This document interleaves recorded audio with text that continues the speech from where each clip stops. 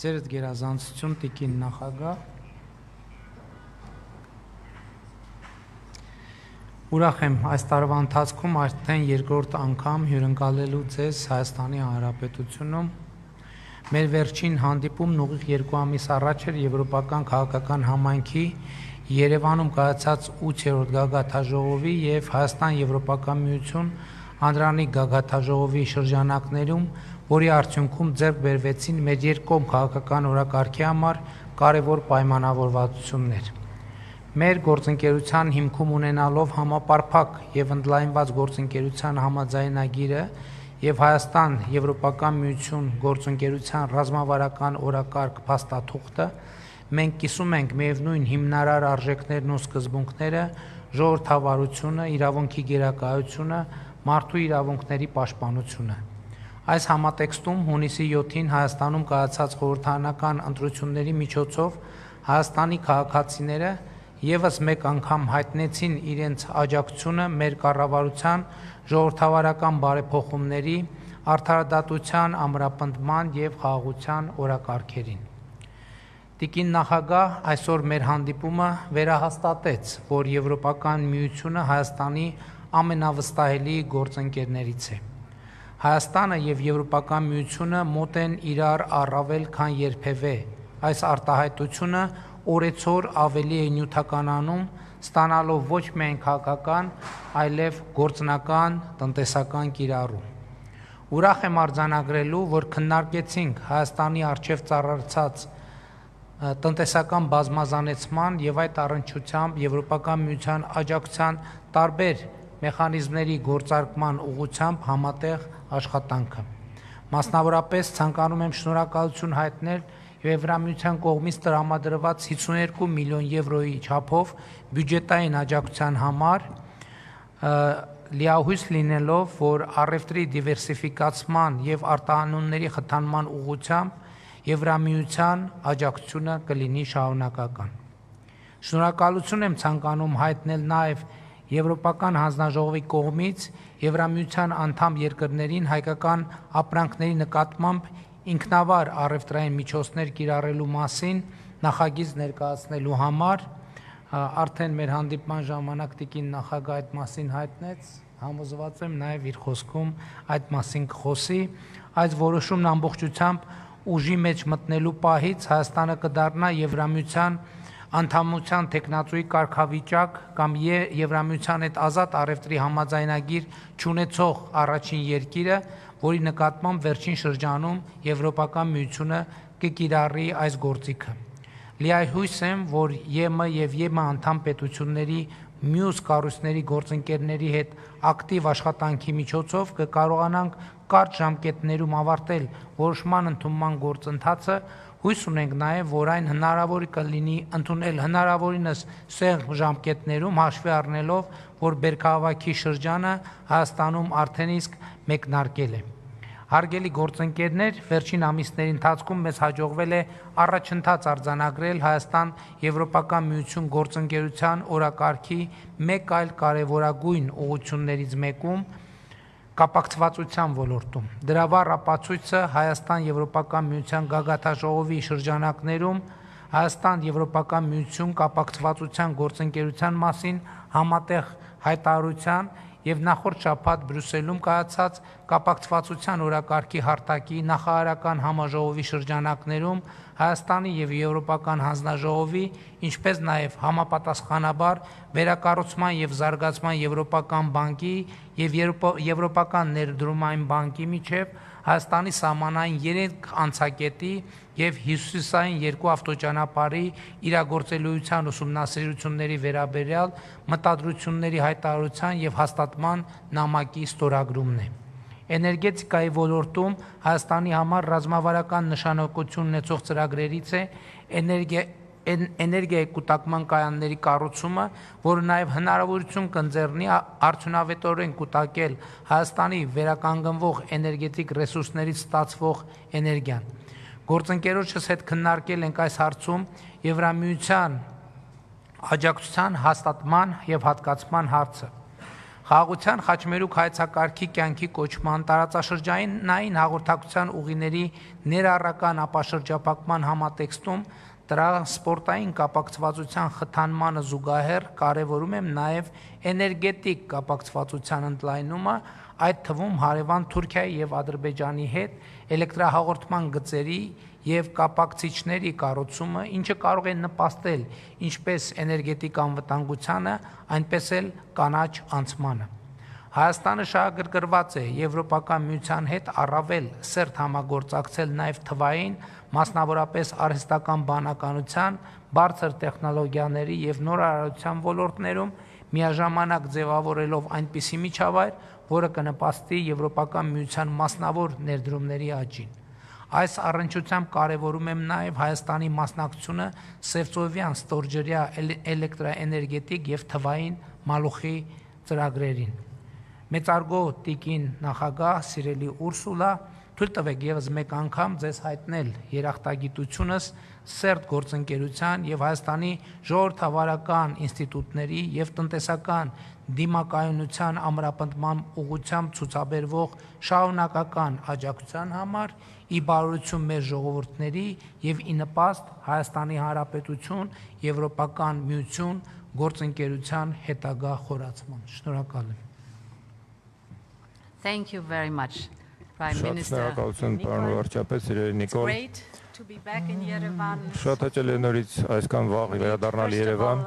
Նախ եւ առաջ ես կուզեի շնորհավորել ձեզ ընտրական հաղթանակի կապակցությամբ այս ընտրությունները եւս մեկ անգամ ցույց տվեցին ամրությունը Հայաստանի ժողովրդավարության Թավշյա հեղափոխության ոգին, որը դուք առաջնորդեցիք 18 թվականին, կենդանի է եւ բարգավաճում է։ Հայաստանը շարունակում է ընթանալ ժողովրդավարության բարեփոխումների խաղաղության ուղով եւ ավելի սերտ համագործակցության Եվրոպայի հետ գործընկերության։ Ես այստեղ ասել եմ, որ դուք կարող եք մեզ, ես հիմա եկել եմ ասելու, որ դուք կարող եք մեզ վրա հույս դնել։ Երբ Հայաստանը մերձենում է Եվրոպական միություն, Հարավային Կովկասն է նաեւ ավելի մերձենում։ Խաղաղության համաձայնագրի նախաստորագրումը անցյալ տարի պատմական իրադարձություն էր։ Ամենակարևոր քայլերից մեկը, որ այս ռեգիոնը ձեռնարկել է տասնամյակների ընթացքում։ Նույնը վերաբերում է նաև շարունակական նորմալիզացիային հարաբերություններին Թուրքիայի հետ։ Այս որոշումները պահանջում էին քաղաքական խիզախություն եւ առաջնորդություն, եւ ես գիտեմ, որ դրա պատողները տպավորիչ կլինեն։ Բացամանները կվերափոխեն Հայաստանի տնտեսական ապագան, այն կխարսխեն Հայաստանին աշխարհի ամենից ռազմավարական կարևոր խաչմերուկների առանցքում, եւ մենք ձեզ հետ միասին պատրաստ ենք այս տեսլականն իրականություն դարձնել։ Ահա թե ինչու ես հայտարարեցի նոր 200 միլիոն եվրոյի գլոբալ դարպասներ փաթեթ փոխկապակցության միջոցով խաղաղություն հաստատելուն նվիրված։ Մեր ֆինանսական գործընկերների հետ մենք պատրաստ ենք զորագրել ընդհանուր մինչև 2 միլիարդ եվրո ռազմավարական տրանսպորտային կապուղիների, էներգետիկ կապուղիների եւ թվանշային պրոյեկտների համար ամբողջ Հարավային Կովկասով մեկ։ Հայաստանում այն կարող է սատարել ընթացքում գտնվող եւ նախապատրաստվող ծրագրերին ներառյալ սահմանային անցակետերը եւ ճանապարհային ենթակառուցվածքը։ Մենք կառուցում ենք իրական ֆիզիկական ենթակառուցվածք խաղաղությանը նպաստող։ Միաժամանակ մենք կառուցում ենք կամուրջներ ժողովուրդների միջև։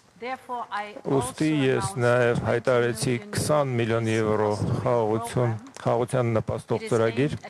որը նպատակ է հետապնդում օգտագործել են համայնքների կողմից, որոնք սահմանամերձ են։ Մենք ուզում ենք սատարել այնտեղի տեղական տնտեսության փոքր եւ միկրո ձեռնարկություններին, օրինակ նոր ֆերմերական խոհագործական տեխնիկաներ որդեգրելու ջրի ռեսուրսների կառավարման, նոր տեխնիկաներ ձեռք բերելու։ Մենք ուզում ենք բարելավել կյանքը սահմանամերձ համայնքներում եւ նաեւ նոր հնարավորություններ ստեղծել համայնքների միջև երկխոսություն սահմանելու համար։ Այդ փաթեթը թույլ կտա համայնքներին խաղաղության շոշափելի աղբյուրները վայելել, որպեսզի խաղաղությունը խարսխվի այս սերնդի եւ հաջորդ սերնդի սրտերում եւ մտքում։ Դառնալով ձեր երկրի իրավիճակին, ես գիտեմ, որ Հայաստանը դեռևս բախվում է նշանակալի տնտեսական ճնշման Ռուսաստանի կողմից։ Համարյա տնտեսական բռնության սահմանամերձ։ Բայց վստահ եղեք, երբ մեր գործընկերների վրա ճնշումը կուտակվում է, Եվրոպական միությունը առաջ է գալիս, քայլ է անում, եւ ես այստեղ մի երկու բան ունեմ հայտարարելու։ Նախ եւ առաջ դուք շուտով կստանաք լրացուցիչ 18 միլիոն եվրո օգնելու ամրացնել եւ բազմազանեցնել ձեր առևտուրը։ Ֆինանսավորումը կարող է օրինակ օգնել ստեղծել արտահանման խթանման գործակալություն, որպեսզի արտահանման հզորությունները հայկական բիզնեսների խթանվեն։ Այս 18 միլիոն եվրոն վերջնական մասն է այն 52 միլիոն օժանդակության փաթեթի, որը մենք քննարկեցինք մեր հեռախոսազանգում հունիսի սկզբին։ Երկրորդը, մենք եւս մի քայլ ենք անում, մենք առաջարկ ենք ներկայացնում այսպես կոչված ինքնավար առևտրային միջոցների, սա նշանակում է ATM անգլերեն։ Սա նշանակում է այս ATM-ները կազատականացնեն Հայաստանի արտահանումների մոտավորապես 80%-ը դեպի Եվրոպական միություն։ Սրանով սա նշանակում է, որ 80%-ը ձեր առևտրի մեզ հետ այժմ փսակագների ենթակա չի լինի։ Սրանով մենք կարող ենք վերաուղղորդել այն արտադրանքները, որոնք այժմ մեծապես ապօրինում են ռուսական շուկայի վրա, եւ դրանք ուղարկել Եվրոպական միության միասնական շուկան 450 միլիոն սպառողների։ Ընդգրկմամբ այս միջոցը կբացի Եվրոպայի դռները համարյա 99%-ի Հայաստանի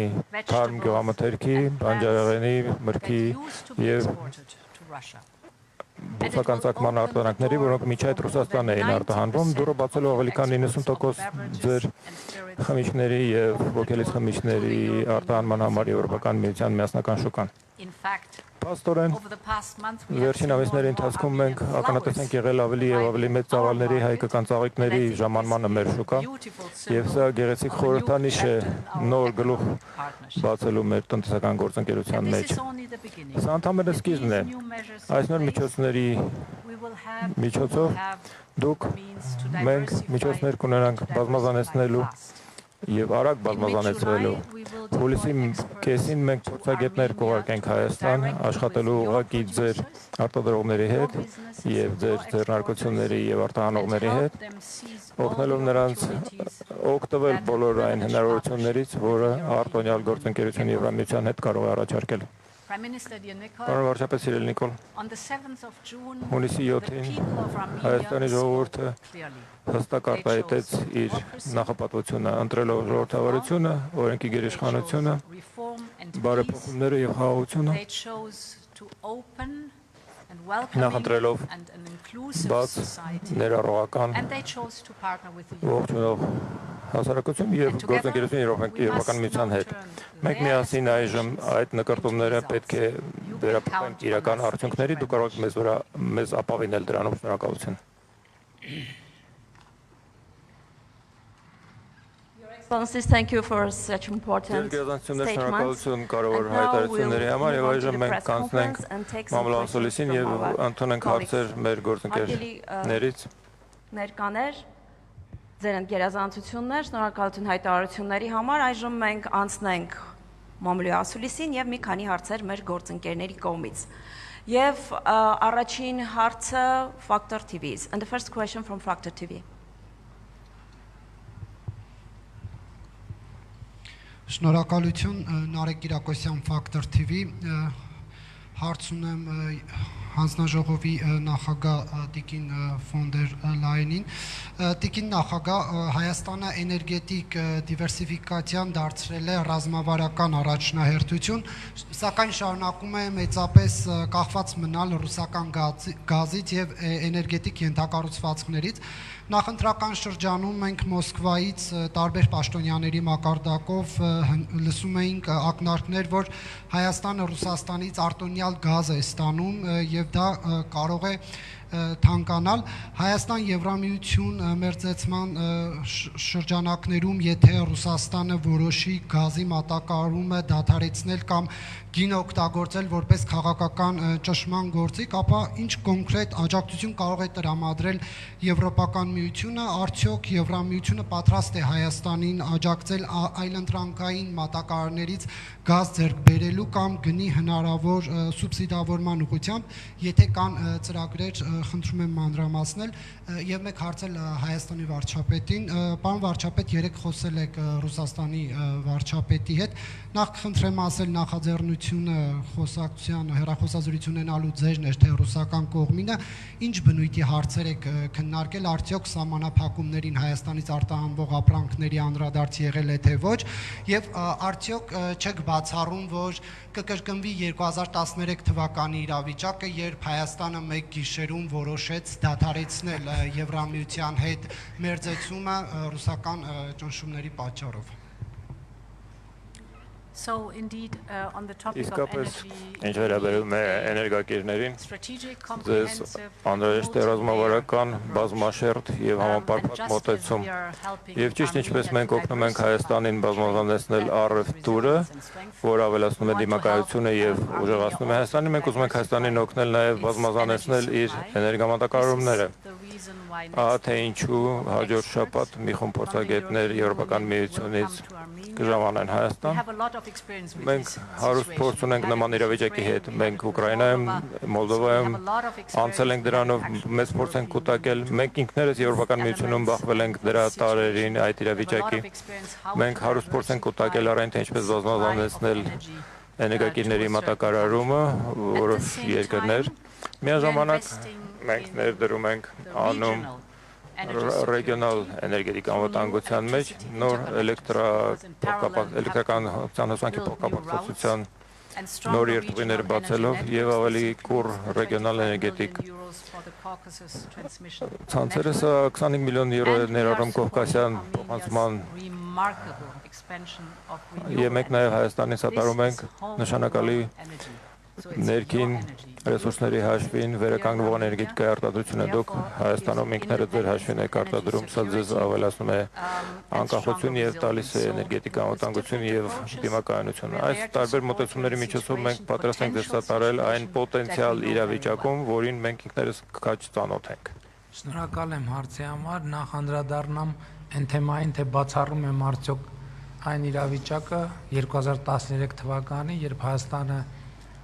մի գիշերում, թե երկու գիշերում հրաժարվեց Եվրոպական միության հետ ասոցիացման համաձայնագիր ստորագրելու արդեն պայմանավորված գործընթացից եւ որոշում կայացրեց Եվրասիական տնտեսական միության կամ մաքսային միության ուղղությամբ գնալ, հարցին պատասխանեմ կարճ եւ կոնկրետ, այո, բացառում եմ, դա հնարավոր չի, առավել եւս հիմա, երբ Հայաստանի Հանրապետության ժողովուրդը հստակ աջակցություն է հայտնել այն քաղաքականություններին, որ վարում է Հայաստանի Հանրապետությունը եւ մասնավորապես բալանսավորված եւ բալանսավորման արտաքին քաղաքականությունը։ Մյուս կողմից մենք ինչպես հայտարարել ենք, մենք խնդիր երբեք չենք դրել, չունենք եւ չենք դնի ճգնաժամ ստեղծել Հայաստանի Հանրապետության եւ Ռուսաստանի Դաշնության հարաբերություններում։ Մենք գործում ենք մեր երկրի շահերի շրջանակներում եւ բնականաբար մենք ոչ մի միջազգային մեր գործընկերոջ շահերը չենք արհամարում, բայց մյուս կողմից որևէ այլ գործընկերոջ շահերը չենք կարող ավելի բարձր դասել, քան Հայաստանի Հանրապետության շահերը եւ սա կարծում եմ տրամաբանական է ցանկացած երկրի համար։ Ինչ վերաբերում է Ռուսաստանի Դաշնության կառավարության ղեկավարի հետ երեկվա հեռախոսազրույցին, իմ նախաձեռնությամբ է տեղի ունեցել հեռախոսազրույցը,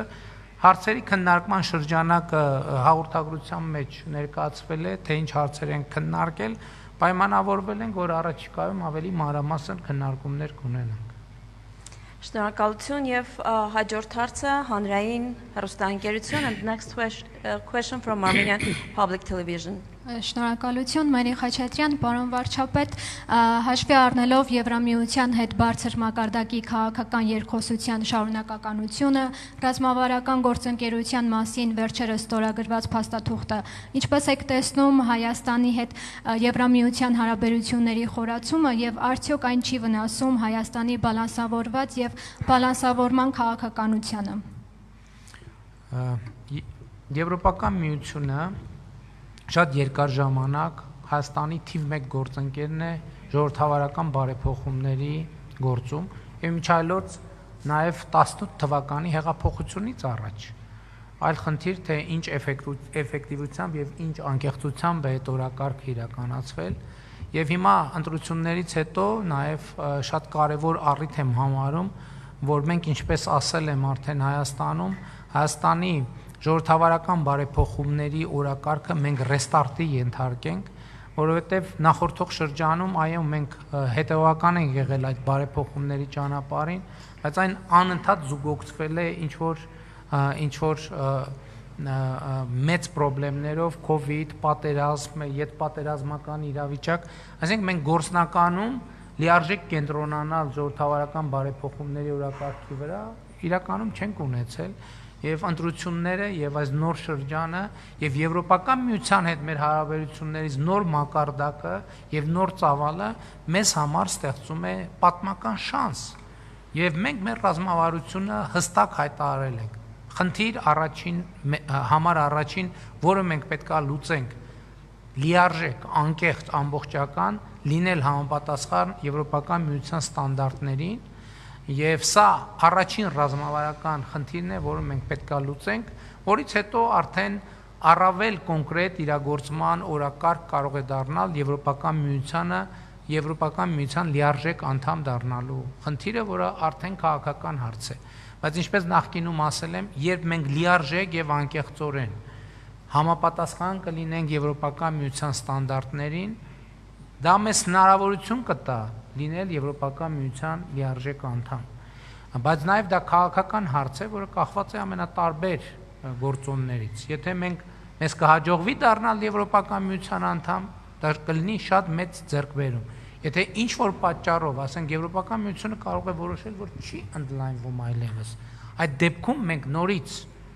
շատ մեծապես շահած դուրս կգանք, որովհետև մենք կլինենք երկիր, որը լիարժեքորեն համապատասխանում է Եվրոպական միության չափանիշներին եւ դա ում համար է արվում, սա շատ կարեւոր է, սա Եվրոպական միության համար չի արվում, սա արվում է Հայաստանի Հանրապետության քաղաքացիների համար, Հայաստանի Հանրապետության համար եւ սա այն ռազմավարական նպատակն է, որը մենք հետապնդում ենք, իհարկե նոր հնարավորությունները, որ բացվում են կապված տարածաշրջանային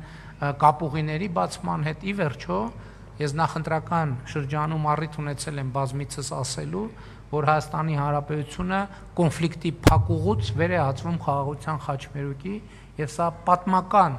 պատմական իրադարձություն է եւ մենք շնորհակալ ենք Եվրոպական միությանը, որ մեր այս ջանքերում հետեւողական եւ ամբողջական աջակցում է Հայաստանի Հանրապետությանը, Հայաստանի Հանրապետության ժողովրդին եւ իհարկե մենք դա շատ բարձր ենք գնահատում եւ նույնիսկ հիմա որ հետադարձ նայում ենք աներևակայելի է թե վերջին տարիներին ինչ արագությամբ են զարգացել Հայաստանի Հանրապետության եւ Եվրոպական միության հարաբերությունները եւ որևէ նշան չկա որ զարգացման այդ տեմպերը դանդաղելու են եւ ես դրա համար շատ ուրախ եմ